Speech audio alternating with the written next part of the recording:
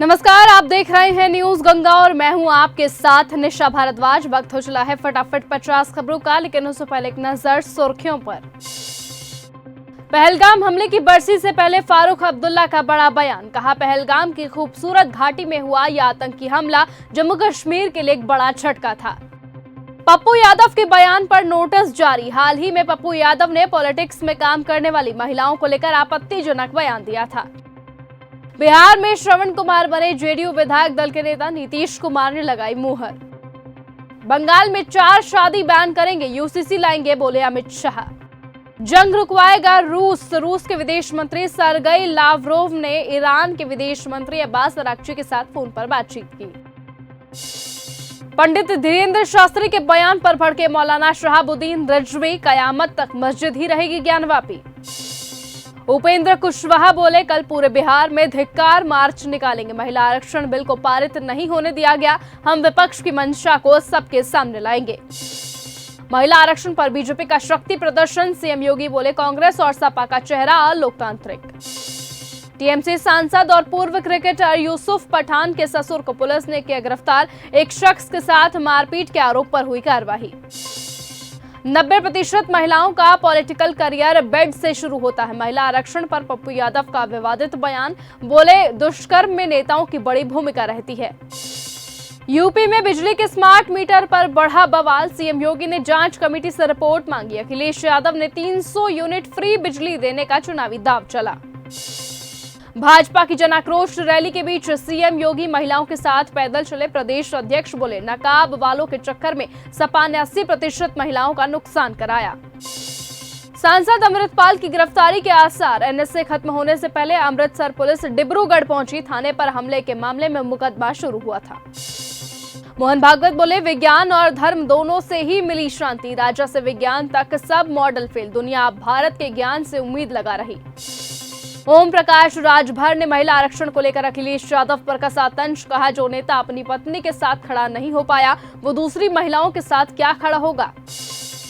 बंगाल में खड़गे बोले, मोदी झूठों के सरदार हैं, उनके खाने और दिखाने के दांत अलग है। हेमंता बोले, बाबरी मस्जिद बनाने वालों, बंगाल तुम्हारे बाप का नहीं। सम्राट चौधरी ने विजय सिन्हा का फैसला बदला, 224 राजस्व कर्मचारियों का निलंबन वापस लिया। हाल ही में सिक्योरिटी घटाकर Z+ की गई थी। अखिलेश बोले, भाजपाई विपक्ष में रहने के प्रैक्टिस कर रहे हैं। भाजपा की जनाक्रोश रैली पर तंज, महिला मोर्चा की राष्ट्रीय अध्यक्ष बनी सीमा राजभर। तेजप्रताप यादव बोले, कांग्रेस राहुल गांधी से नहीं चलेगी, वो हमेशा बेवजह के मुद्दों में उलझे रहते हैं। प्रियंका में इंदिरा गांधी जैसी क्षमता है। ओवैसी बोले, साल 1947 के विभाजन के लिए कांग्रेस जिम्मेदार, हम बंगाल में भाजपा की बी टीम नहीं। टीएमसी कांग्रेस को हमारे चुनाव लड़ने से परेशानी है।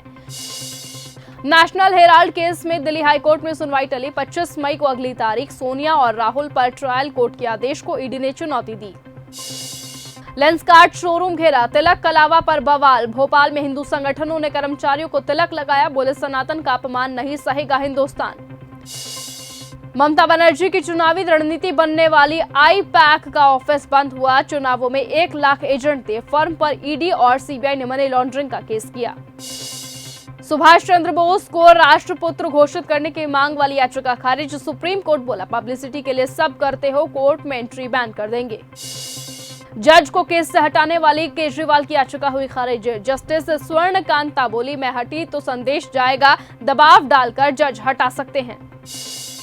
आबकारी नीति मामले में अरविंद केजरीवाल की याचिका खारिज होने पर संजय राउत बोले, यह हमारे देश की न्याय व्यवस्था का दुर्भाग्य है, इस हद तक न्याय व्यवस्था गिरी है। अपर्णा यादव की सपा कांग्रेस का झंडा जलाने से भड़का विपक्ष। अजय राय बोले, जितनी निंदा की जाए उतनी कम है।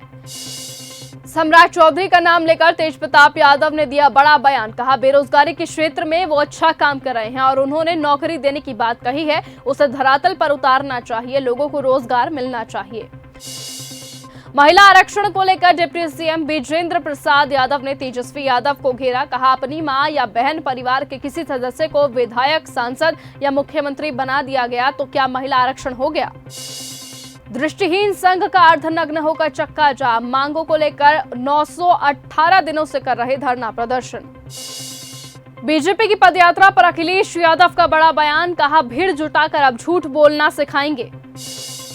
ममता दीदी के जाने का समय आ गया है। दार्जिलिंग में जनसभा को संबोधित करते हुए बोले केंद्रीय गृह मंत्री अमित शाह। प्रेग्नेंट है वायरल गर्ल मोनालिसा, पति फरमान ने गर्भवती होने की जानकारी दी। महिलाओं को मिलेगी 40,000 रुपए की पेंशन। समाजवादी पार्टी के राष्ट्रीय अध्यक्ष अखिलेश यादव का बड़ा चुनावी वादा। अखिलेश के यादव प्रेम पर भड़के वसीम राइन, कहा मुसलमानों को सिर्फ वोट बैंक समझा, मुसलमानों को उन्होंने हमेशा ठगा है। नीले ड्रम वाली मुस्कान जेल से कोर्ट लाई गई, 6 महीने की बेटी गोद में दिखी। प्रेमी साहिल को भी पुलिस लेकर आई। अखिलेश यादव ने सीमा राजभर को बनाया महिला मोर्चा का अध्यक्ष। पूर्वांचल के राजभर वोट बैंक पर नजर, कहा भाजपा विपक्ष में रहने की प्रैक्टिस कर रही। पटना में भाजपा का जन आक्रोश मार्च। सीएम सम्राट चौधरी ने कहा जो महिलाओं को आंख दिखाएगा उसे पाताल से खोज लाएंगे। समानता में विश्वास नहीं रखते पीएम मोदी। खरगे का अन्ना द्रमुक के गठबंधन पर तीखा प्रहार। केसी वेणुगोपाल ने ओम बिरला को लिखा पत्र, पीएम मोदी के खिलाफ दिया विशेषाधिकार हनन का नोटिस। अगरतला में बोले आरएसएस प्रमुख मोहन भागवत, 2000 साल के प्रयोगों के बाद दुनिया थकी, अब भारत की राह देख रही। यूएन दूत अल्बनीज बोली भारत ने इजराइल की मदद कर कानून तोड़ा, हथियार भेजना नियमों के खिलाफ, इससे ग्लोबल सिस्टम कमजोर हो रहा। ईरान अपना डेलीगेशन पाकिस्तान नहीं भेजेगा, ट्रंप की बड़ी चेतावनी। ईरान के पास अब आखिरी मौका, समझौते पर साइन नहीं किया तो पूरा देश तबाह। जर्मनी के गुरुद्वारे में सिख आपस में भिड़े, 11 लोग हुए घायल। गोलक के हिसाब को लेकर बहस के बाद हुई हाथापाई। यूएस ईरान शांति वार्ता पर सस्पेंस, रवाना हुए ईरानी प्रतिनिधिमंडल। लेबनान में आईडीएफ के हमले जारी। जेडी वेंस के पाकिस्तान रवाना होने का दावा गलत। रिपोर्ट है कि अभी व्हाइट हाउस में ही वो मौजूद है। ट्रंप ने कहा था कि रवाना हो चुके हैं। यूक्रेनी ड्रोनों का रूस पर हमला, तेल रिफाइनरी को पहुंचा नुकसान।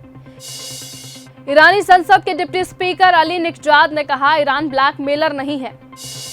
शांति वार्ता के लिए फिर इस्लामाबाद जाएंगे जेडी वेंस से बातचीत, 22 अप्रैल यानी कि आज हो सकती है।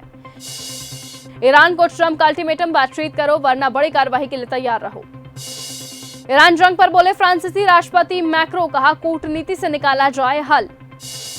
अमेरिका संग बातचीत से पहले ईरानी सांसद इब्राहिम अजीजी का बड़ा बयान, कहा हम मौजूदा बातचीत को जंग के मैदान में निरंतर रूप में देखते हैं और इसमें हमें जंग के अलावा कुछ नहीं दिखता। ईरानी विदेश मंत्रालय के इस्माइल बगाइची का बड़ा बयान, कहा ब्लैक गेम खेल रहा अमेरिका, अब और बातचीत का प्लान नहीं। शांति वार्ता के लिए फिर इस्लामाबाद जाएंगे जेडी वेंस। खामिनोई ने ईरानी डेलीगेशन को दी मंजूरी। ट्रंप बोले ईरान से समझौता होने तक नाकाबंदी नहीं हटेगी। ईरान का जवाब, आपकी धमकियों से नहीं डरते, हम जंग के लिए तैयार हैं। वेनेजुएला में अमेरिकी प्रतिबंधों के खिलाफ आंदोलन तेज, देश भर में निकाली जा रही रैलियां और मार्च। ईरानी संसद के डिप्टी स्पीकर अली निकजाद ने कहा ईरान ब्लैकमेलर नहीं है। चीन ने कहा हॉर्मुज में जल्द ही सामान्य आवाजाही बहाल करने की उम्मीद। ईरान को ट्रंप का बड़ा अल्टीमेटम, कहा बातचीत करो वरना बड़ी कार्रवाई के लिए तैयार रहो। डोनाल्ड ट्रंप का बड़ा बयान, बोले ईरान से डील को लेकर मुझ पर कोई प्रेशर नहीं।